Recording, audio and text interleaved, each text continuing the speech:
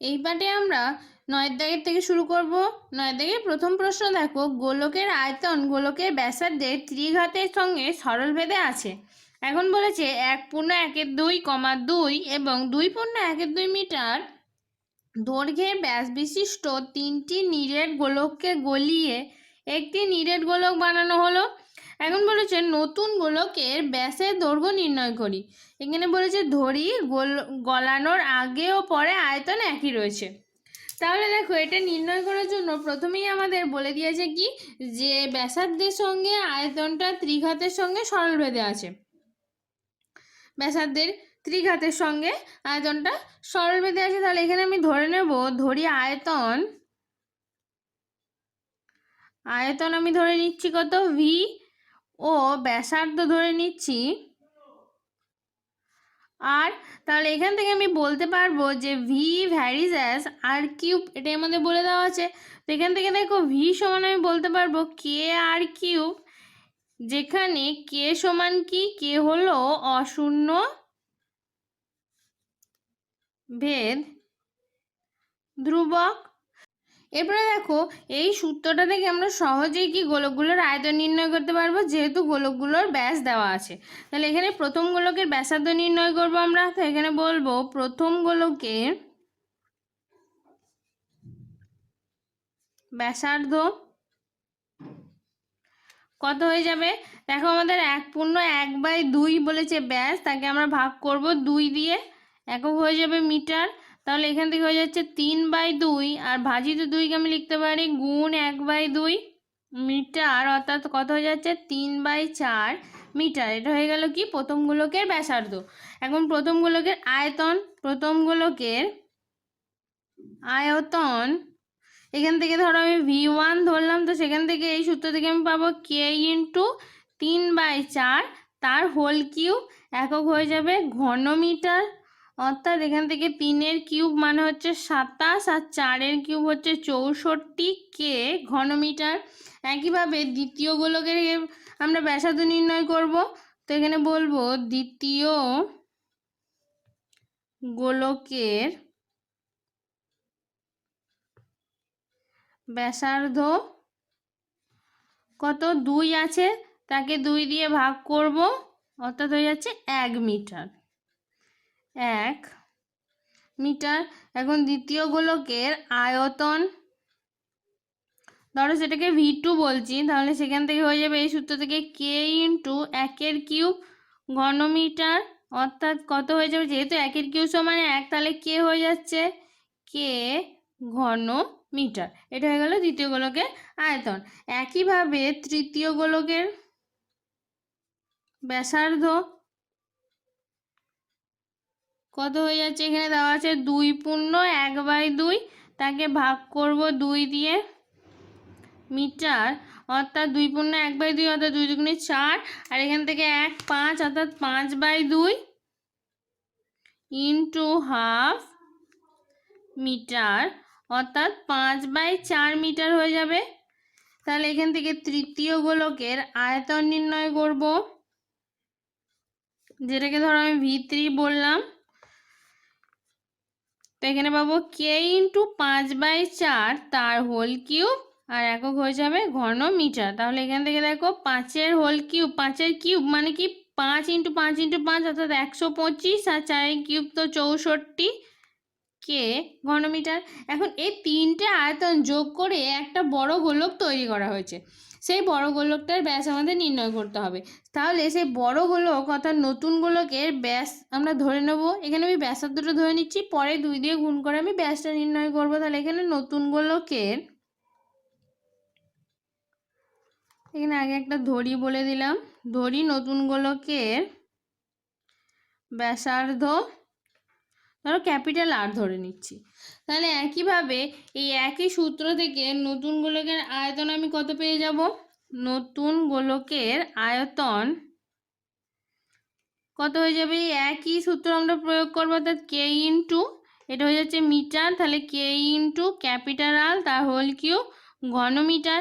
এখন দেখো যেহেতু গলানোর আগে আর পরে আয়তন একই, তাহলে এই যে গোলকটার আয়তন তার সঙ্গে এই 3টে গোলকের আয়তনের যোগফল সমান হয়ে যাবে। তাহলে শর্তানুযায়ী আমি একবারে বলে দিতে পারবো এখান থেকে, শর্তানুযায়ী কি বলবো, যে এখানে কে আর কিউব সমান হয়ে যাবে 3টে গোলকের যোগফল। অর্থাৎ প্রথমটা আমি কত পেয়েছি, 27/64কে প্লাস কে প্লাস 125/64কে। তাহলে এখান থেকে দেখো আমার দুদিকেই, এদিকে কে আর কিউ আছে, ডান দিকেও আমার কে আছে, কেটা আমি কমন নিয়ে নেবো। তাহলে আমার পড়ে থাকছে 27/64 প্লাস 1 প্লাস 125/64। তাহলে এখান থেকে কে দেখো যেহেতু দুদিকেই আছে, তাহলে কে আমি দুদিকেই ক্যান্সেল করে দিতে পারবো, অর্থাৎ যেটা ভাগ করে দিতে পারবো। অর্থাৎ আর এর কিউব সমান হয়ে যাচ্ছে, এখানে আমি 64 লসাগু করছি, তাহলে হয়ে যাচ্ছে 27 প্লাস 64 প্লাস 125, অর্থাৎ আর এর কিউব সমান ওপরে যোগ করলে আমাদের হয়ে যাবে 216, নিচে হয়ে যাচ্ছে 64। এবারে দেখো 216কে আমি লিখতে পারি 6-এর কিউব, অর্থাৎ এখানে যেহেতু কিউব আকারে লিখতে হবে, তাহলে এখানে আমি বললাম 6 আর নিচে হয়ে যাচ্ছে দেখো 4-এর কিউব, তাহলে 6/4 তার হোল কিউব। এখন দুদিকেই কিউব আছে, অর্থাৎ আর এর মান আমি পেয়ে যাচ্ছি 6/4। এটা আবার দেখো 2 দিয়ে কাটবে, 3 দুগুণে 6, 2 দুগুণে 4, অর্থাৎ আর হয়ে গেল 3/2। অর্থাৎ নতুন গোলকের ব্যাসার্ধ পেয়ে গেলাম 3/2। অর্থাৎ বলবো নতুন গোলকের ব্যাস, যেটা আমাদের নির্ণয় করতে দিয়েছে, নতুন গোলকের ব্যাস হয়ে যাবে, এটা পেয়েছিলাম ব্যাসার্ধ, তাকে 2 দিয়ে গুণ হয়ে যাবে 2 মিটার, অর্থাৎ 2 2 কেটে গেলে হয়ে যাচ্ছে 3 মিটার। এটা আমাদের নির্ণয় করতে দিয়েছে। এরপরে 10-এর দাগে প্রশ্ন দেখো, ওয়াই দুটি চলের সমষ্টি সমান যার একটি এক্স চলের সঙ্গে সরল ভেদে এবং অন্যটি এক্স চলের সঙ্গে ব্যস্ত ভেদে আছে। এখন বলেছে এক্স সমান 1 হলে ওয়াই সমান -1 এবং এক্স সমান 3 হলে ওয়াই সমান 5। এখান থেকে এক্স ও ওয়াইয়ের মধ্যে সম্পর্ক নির্ণয় করি। তাহলে এখানে দেখো ওয়াই বলেছে দুটো চলের সমষ্টি, তাহলে ওয়াইকে আমরা এইভাবে দেখাতে পারি, দুটো চল আগে ধরে নেব, ধরি k1 ও k2 দুটি চল, তোমরা যা খুশি ধরতে পারো। তো এখানে y সমান তাহলে কি k1 প্লাস k2। এরপরে দেখো কি বলেছে, একটি চল x এর সঙ্গে সরল ভেদে, অতএব k1 ভ্যারিজ অ্যাজ x বলতে পারি। তাহলে এখান থেকে k1 সমান, এখানে ধরো আমি এখানেও একটা ধ্রুবক ধরতে হবে, তো এখানে আমি ধরো p1 ধরে নিলাম, p1x। আর কি বলেছে, আর একটা যেখানে p1 কি অশূন্য ভেদ ধ্রুবক, অশূন্য ভেদ ধ্রুবক। আর কি বলেছে, ব্যস্ত ভেদে আরেকটি চল, অর্থাৎ k2 ব্যস্ত ভেদে আছে, অর্থাৎ 1/x। তাহলে এখান থেকে k2 সমান আমি ধরে নিলাম p2/x, যেখানে p2 হলো অশূন্য ভেদ ধ্রুবক। তাহলে y সমান আমি কি পেয়ে গেলাম, p1x প্লাস p2/x। এখন আমার কাজ হলো এই মানগুলো বসানো, এটাকে আমি 1 নাম্বার বলছি। এখন বলবো x সমান 1, y সমান -1, 1 নং সমীকরণে বসিয়ে পাই। 1 নং সমীকরণে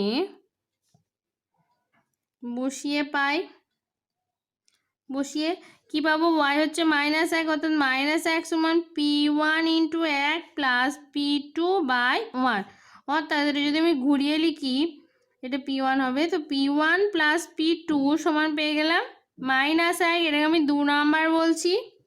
একইভাবে আরেকটা মান দেওয়া আছে x 3 আর y 5, তাহলে x সমান 3, y সমান 5, 1 নং সমীকরণে বসাবো। সমীকরণে বসিয়ে পাই কি পাবো, দেখো x এর মান 3 আর y এর মান 5, অর্থাৎ 5 সমান হয়ে যাবে p1 × 3 প্লাস p2/3। তাহলে এখানে দেখো এটা আমি ঘুরিয়ে লিখছি, অর্থাৎ 3p1 প্লাস p2/3 সমান হয়ে যাচ্ছে 5। এখানে দেখো আমি 3 লসাগু পাচ্ছি, তাহলে 3 3 9p1 প্লাস p2 সমান হয়ে যাচ্ছে 5। তাহলে এখান থেকে আমি সমীকরণ পেয়ে গেলাম 9p1 প্লাস p2 সমান গুণ করলে 15, এটাকে আমি 3 বলছি। এখন আমার কাজ হলো এই 2 আর 3 সলভ করে অশূন্য ভেদ ধ্রুবকগুলোর মান নির্ণয় করা। তাহলেই আমি এক্স আর ওয়াই এর মধ্যে এখানে মান p1 p2 মান বসিয়ে সম্পর্কটা সহজেই পেয়ে যাব।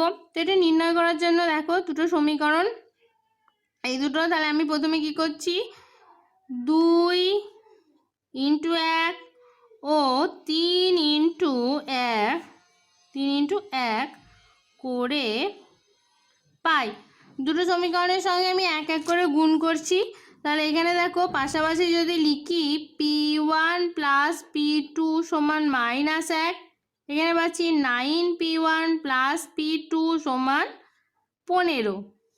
এখানে দেখো প্রথমে আমার সাইনগুলো আমি চেঞ্জ করব এখানে আমি, তাহলে এখানে সাইন চেঞ্জ করলে আমার হয়ে যাচ্ছে এটা মাইনাস, এটাও মাইনাস, এটাও মাইনাস, তাহলে এটা p2 কেটে যাচ্ছে, এখান থেকে পাচ্ছি -8p1 সমান, এটা দেখো যেহেতু দুটোই মাইনাস আছে যোগ হয়ে যাবে -16, তাহলে এখান থেকে p1 সমান আমি পেয়ে যাচ্ছি -16 বাই -8, মাইনাস মাইনাস কেটে যাচ্ছে, 8 একে 8, 8 দুগুণে 16, অর্থাৎ p1 সমান পেয়ে যাচ্ছি 2।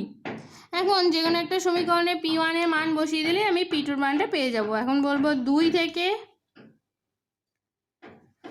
p1 হচ্ছে 2 প্লাস p2 সমান -1, অর্থাৎ p2 সমান হয়ে যাচ্ছে -1 - 2, অর্থাৎ p2 সমান -3। এখন p1 p2 এর মানটা আমি একে বসিয়ে দেবো, অতএব বলবো 1 থেকে পাই, 1 থেকে আমি পেয়ে গেলাম y সমান p1 পেয়েছি 2 ইন্টু এক্স প্লাস p2 পেয়েছি -3/x, অর্থাৎ y সমান আমার কত হয়ে গেল 2x, প্লাস মাইনাস গুণ করলে -3/x। তাহলে x আর y এর মধ্যে সম্পর্ক নির্ণয় করতে দিয়েছিল, আমি সম্পর্ক এটা নির্ণয় করলাম। এরপর দেখো 11 থেকে প্রশ্ন আছে a varies as b varies as c হলে দেখায় যে, এটা আমাদের দেখাতে হবে। তো এটা দেখানোর জন্য আমাদের যে দুটো শর্ত দেওয়া আছে 11 থেকে, এগুলো এরকম অঙ্ক তোমরা আগে অনেক দেখেছো, a ভ্যারিজেস b আর আছে কি b ভ্যারিজেস c। তাহলে দেখো এখান থেকে লিখতে পারি a সমান k1b, যেখানে k1 কি, k1 হচ্ছে অশূন্য ভেদ ধ্রুবক। আর এখান থেকে দেখো b সমান কি লিখতে পারবো k2c, যেখানে k2 হলো অশূন্য ভেদ ধ্রুবক। তাহলে এখানে দেখো আবার b এর মানটা আমি a এর মানে বসিয়ে দিতে পারবো, তাহলে এখান থেকে হয়ে যাচ্ছে k1 k2c, এটা আমি পেয়ে যাচ্ছি। এখন আমাদের যে মানটা নির্ণয় করতে দিয়েছে সেখানে আমরা প্রথমে নির্ণয় করব a cube b cube plus b cube c cube plus c cube a cube পুরোটা by a b c into a cube plus b cube plus c cube. তো এখানে দেখো আমি যেগুলোর মান নির্ণয় করেছি a আর b, এদের মানগুলো বসিয়ে দেবো। a কত পেয়েছি প্রথমে k1 k2c তার whole cube into b cube plus b cube, এখানে b এর মানটা বসিয়ে দেবো আমরা। তো b এর মানটা বসালে কত পাচ্ছি, এটার সঙ্গে b এ হচ্ছে k2c তার হোল কিউব প্লাস তারপর আছে দেখো b কিউব আমি কত পেয়েছি k2c, তাহলে k2c তার whole cube into c cube plus c cube into a হচ্ছে k1 k2c তার হোল কিউব। এটা পেলাম। একইভাবে নিচেও আমি a আর b এর মানটা বসিয়ে দেবো। c এর মানটা যেহেতু c এর কোনো মান নেই তো এটাই থাকবে। a হলো k1 k2c, b হলো k2c আর তার সঙ্গে c। একইভাবে ভিতরেও দেখো k1 k2c তার হোল কিউব প্লাস b হচ্ছে k2c তার হোল কিউব প্লাস c এর কিউব। এরপরে দেখো আমি এখন কিউবগুলো ভাঙবো। তো এখান থেকে দেখো পাচ্ছি k1 cube k2 cube c এর কিউব ইন্টু K2 তার কিউব ইন্টু সি এর কিউব প্লাস এখানেও পাচ্ছি K2 তার হোল কিউব সি এর কিউব ইন্টু সি এর কিউব প্লাস সি এর cube K1 cube K2 cube c এর কিউব। একইভাবে নিচে দেখো আমাদের K1 একটা রয়েছে, K2 দুটো অর্থাৎ K2 স্কোয়ার ইন্টু 3টে সি অর্থাৎ সি এর কিউব। আর ভিতর থেকে দেখো এখান থেকে একটা সি কিউব, এখান থেকে একটা সি কিউব, 3টে সি কিউব রয়েছে, তাহলে একটা সি কিউব আমি আবার কমন নিয়ে নিতে পারি। পরে থাকছে K1 cube K2 cube plus K2 cube plus 1। এরপরে দেখো উপরে আমরা যদি দেখি এখানে একটা সি কিউব রয়েছে, এখানে একটা সি কিউব, এখানেও সি কিউব, দুটো করে সি কিউব রয়েছে। এটা তোমরা গুণও করে দিতে পারতে, আবার দুটো সি কিউব আলাদা আলাদা কমন নিতে পারতে। তো আমি প্রথমে দুটো সি কিউব আলাদা আলাদা কমন নিয়ে নিচ্ছি।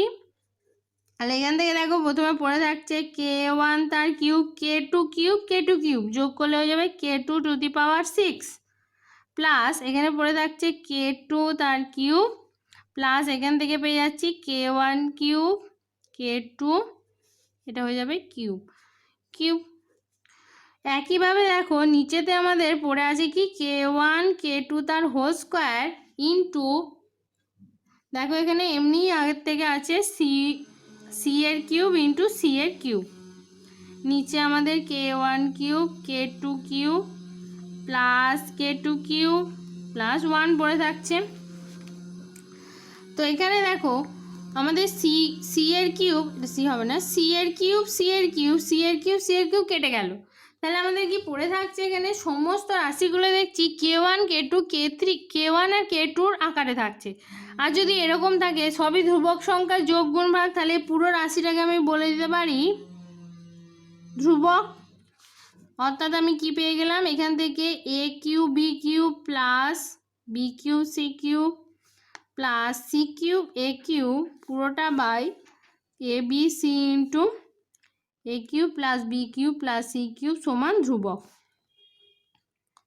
ধ্রুবক তাহলে এখান থেকে আমি কোনাকুনি গুণ করলে পেয়ে যাচ্ছি A cube B cube plus B cube C cube plus C cube A cube সমান ধ্রুবক ইন্টু এ বি সি তার সঙ্গে A cube plus B cube plus C cube. আর যদি ধ্রুবক তাহলে থাকে তাহলে আমি এখান থেকে লিখতে পারবো A cube B cube plus B cube C cube plus C cube A cube varies as A B C তার সঙ্গে A cube plus B cube plus C cube গুণ আকারে হয়ে যাবে। আর এটাই আমাদের প্রমাণ করতে দিয়েছে, বলবো প্রমাণিত। এই পাঠে আমরা ঘষে দেখি 13 এর 9, 10 এবং 11 দাগের প্রশ্ন 3টি সলভ করলাম। এই ভিডিওটা যদি আপনাদের ভালো লেগে থাকে প্লিজ একটা লাইক করে দেবেন, আর এই রকম আরও ভিডিও পেতে চ্যানেলটা সাবস্ক্রাইব করুন।